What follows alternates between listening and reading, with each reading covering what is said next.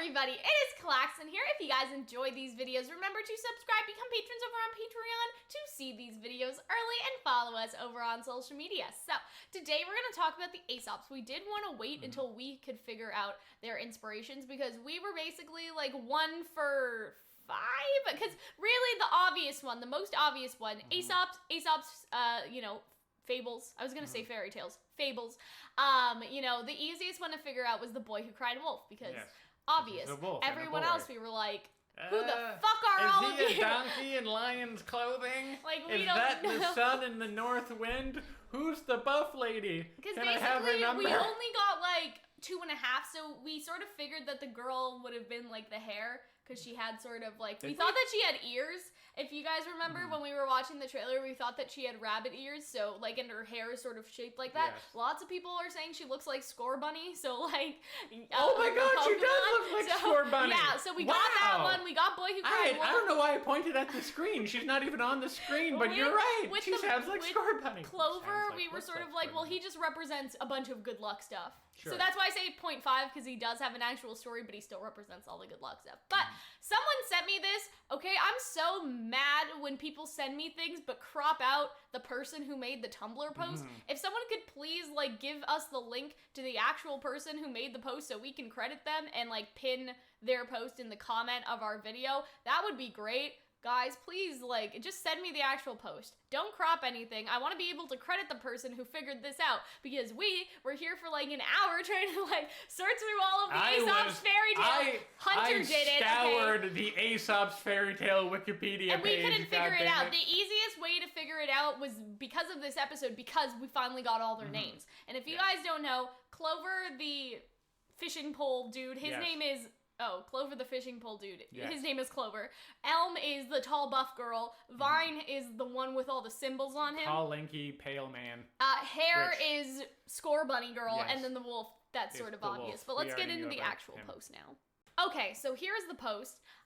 So Marrow, based on the Boy Who Cried Wolf, and his dishonesty is on adorable display. Oh, that is true. Right, because it's supposed to be like an ironic thing, because people were like, he's the boy who cried wolf, he's the traitor, he's gonna lie, and I was just like, no, like, it's supposed to be a funny thing, because he tries to lie, but he's a tsundere, right? Like, he's like, it's not like I'm happy about it or anything, but he clearly is, because his tail is wagging, like, it's funny, guys, like, don't get too, with that. Marrow is the inside of the bones. We thought Marrow was just like referencing his wolf-honest attribute. For us, it was like, oh, Marrow, like a dog bone, like a bone that you give a dog like as a treat. Like a which, marrow I mean, bone? that could also be the same. And then his surname is a variation on Amin, meaning trustworthy in Arabic. Obviously a joke because he's dishonest. So that was fun. Like, I really like his character. But yeah, I don't feel like he's a malicious liar, at least not yet. Like, he's supposed to be like a tsundere type character. Sassy. Then we have Elm and Vine. So based on the Elm and the Vine, I guess, it's a story commonly misattributed to Aesop's. It's a parable about the support a married couple give each other. It's the only story I could find that match our Elm and Vine couple. And since this is not actually an Aesop, are they not who or what they seem? That I actually really like, because Elm seems like, oh, everybody loves her because she's already tall and buff and like shaking Ruby's hand like this. And Vine seems like already a little... Patient. Like, no, he seems a little, you know who he reminds me of? Who? Corsic and Finnick. Because they also do that. So that's what I'm saying. Like, he's sketchy as hell, right? Do not close your hands like this. I will think you're planning something. Like, you know what I mean? Like, he's sketchy. That's what I'm saying. I guess he's the brains and she's the brawn power couple energy. Here's what I would like to say about that I personally find interesting. So, like, a couple of years ago, I did a song, and unfortunately, like, when we were recording the show, like, the recordings just fucked out. So, like, nobody got their songs that year. It was terrible, but I sung a song from Jane Eyre, and she says, so much more drinkable now than last year, I think. Make no mistake, like the taste of the wine, when it comes to a woman, you must scrutinize the vine. So I'm pretty sure that phrase may also come from here, because scrutinizing the vine is like when you cut, like, the dead stuff off and stuff. And so I feel like that's, remember, like, Elm and Vine, like, I know it's a married couple thing, but when you think of vine, you think of grapevine, and this is Greek. So it's like, sure. I mean, yeah, you know, scrutinizing the vine and all that stuff. So that was my idea. Looked at Elm because Elm is like big buff lady named for tree, and there is an Aesop story about the woodsman. But the thing about Elm is that she has a hammer and not an axe. So it's like so close to being perfect. And but I don't know, maybe I don't know, there's some like hard light dust, kind of like what we see with John's Her shield. hammer could turn into an axe. Her hammer might turn into an axe. And in that case, I think that she'll be the woodsman. As for Vine, potentially the tree in the woodsman story. To be fair, I'm not that familiar with Aesop's story other than the boy who cried wolf. So like, I don't know what Vine's deal is, if he is the tree. I keep on thinking of like the Giving Tree, but I'm pretty sure Shel Silverstein. Imagine characters. But they're all Aesop, so yeah, so it can't be Shel Silverstein, but imagine a Shel Silverstein character. Not a character based off of his stories, just him. Okay. Anyways, Clover. Based on the fisherman's good luck, hence the good luck charms everywhere, and the fishing rod, which is the weirdest weapon in RWBY Everyone thought Ilya had a fishing rod. Do you remember that? I shouldn't say everyone. Hunter guessed it. I thought she had I still think she has a fishing rod. One of my favorite RWBY Vine meme videos is the Ilya fight, but every time she does like it's the fishing Animal rod. Crossing noise? No, it's the that would have been hilarious. It's the Yoshi noise. It's the it's amazing. I would have loved the Animal Crossing fishing rod noise. Clover is a common good luck charm, and Ebi is probably short for Ebesu, the Japanese god of fishermen and luck. I think we should look into that god more. Gods tend to do some shady shit. Yeah. And I pegged from the beginning that Clover is going to be the bad one. Yes. That still supports Watts and wants to find, wants to prove Watts' innocence if he was wrong. Like, okay, so this goes back into our theory that Watts didn't actually do anything wrong and he was disgraced and now he just holds a very big grudge and that these used to be his students. Like, sort of how Port took care of Team Coffee and Oobleck sort of took care of Team RWBY.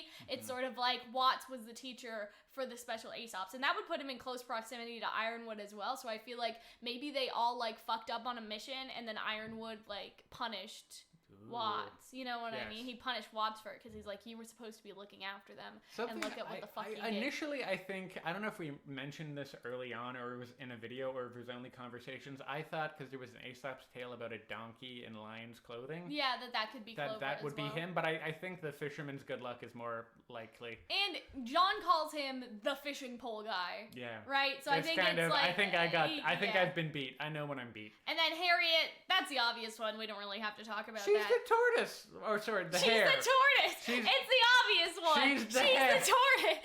Understand?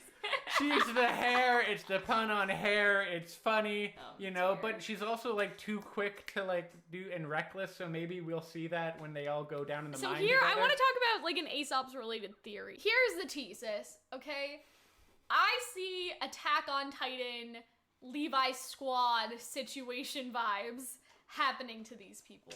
I think they are all going to die. Do you remember what happened to Levi's squad? Okay, do you remember? Didn't they get all butchered? Yeah, they did. They did get all butchered, and Levi was just like, I mean, he didn't do that, obviously. Levi's he was upset. I'm just saying Levi was fine. Oh, so man. my prediction is that they are all going to die terrible and gruesome deaths. That's the thing in RWBY fanfiction a lot. Like, I find people get, like, you see it a lot in fanfiction where people will make, like, a bunch of OCs that are... And then they all die. And then they just butcher them en masse when you need to be, like, cool and edgy. Because think about it. I feel like Watts, if this used to be his team, I feel like he would have a soft spot for them. Like, I feel like he wouldn't just murder them, but that doesn't mean that they can't get murdered in chaos. If that makes sense. Like, what if that makes Watts, There's only two of them when they reach the inner cave in the trailer. In the dust mine? Yeah, in the dust mine. So could, like, 3 of them die I think quickly? that's too soon. I think that's a little extreme. That's a little too soon. Maybe when the monkeys attack? Yeah, and so what I was thinking about, like, in relation to Watts was sort of like, I feel like he wouldn't be the one to kill them, but that doesn't mean that they won't die. And I wonder if Watts would change his mind about his actions if he sees that all of his students died. You know what I mean? Or maybe he'll try to convince them to escape first because he does have a soft spot for them. We don't know. Right? And we still don't even know if Watts is a teacher. Okay? Like, that's just our theory that we've been running with because, like, there's Dr. Oobleck, Dr. Arthur Watts. Like, I feel like that would be, you know, it would just make sense. If you're working for the military, why would you not also teach the students, right? The military and the school is so intertwined that if you worked for the military, which obviously, like, Watts wrote the code for Mantle, that is confirmed now, so obviously he was in the military at some point.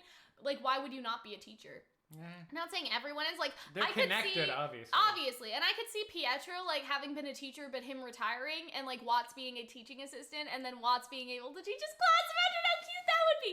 But yeah, I think that those theories aside, like the theories about Watts and him, like, being the teacher for the Aesops and all that stuff aside, they're gonna die. They're all gonna die. Like, all of them. There is no way they are all going to live out of these volumes. And I'm not saying they'll die this volume, but they are definitely on their way out, sis. I mean, certainly bad things happen to the boy who cried wolf and the hare. Yeah. So, like, maybe do bad things happen to the other Aesops? I don't know. I don't know. I mean, here's the tea. Here's what I think, is that these are Ironwood special operatives, right? This is the most elite of the elite. If you were Salem, would you not want to kill the elite of the elite before they become a problem for you, right? And so I could definitely see Tyrion or somebody, like, definitely Tyrion. Flying monkeys. Right?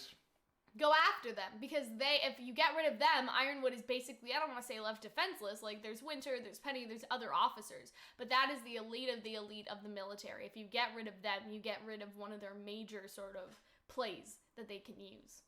And obviously they have, like, a lot of skill. So that's what I think. I think they are, I think they're doomed. I think they're all doomed. Like, I think they're doomed from the start. I think that Miles and Carrie are gonna make everybody like these characters, all right? Like, people already love the tall buff girl. I like, love you give someone a tall buff girl and you're already, like, they're already all signed up. I'm just saying. Like, that's how we are, at least. We yeah, I mean, bars. like, bias aside, I guess, like, a lot of people, we were sort of talking about this, but when it comes to characters like Clover, like, I was like, if Clover was a girl, everybody would love him, but because he looks like a douchebag, everyone hates him now, though. Yeah, because he looks like a fuckboy, everybody hates him, but now he's much better. You know who he looks like? He looks, you know how everyone has a motherfucker in their life named Kyle they loathe? Yeah, he looks like a Kyle. And so you know that's what I mean? the thing, right? And so it's like, they're making the other characters so likable. Like, Wolf Boy is adorable already with his tail. Vine's still kind of creepy, like, you know. Elm, obviously. Hare, I think, is a really good character already. It's just like, you know what I mean? Like, they're making them likable so they can die, okay? RWBY has done that before. Hashtag CianaCon.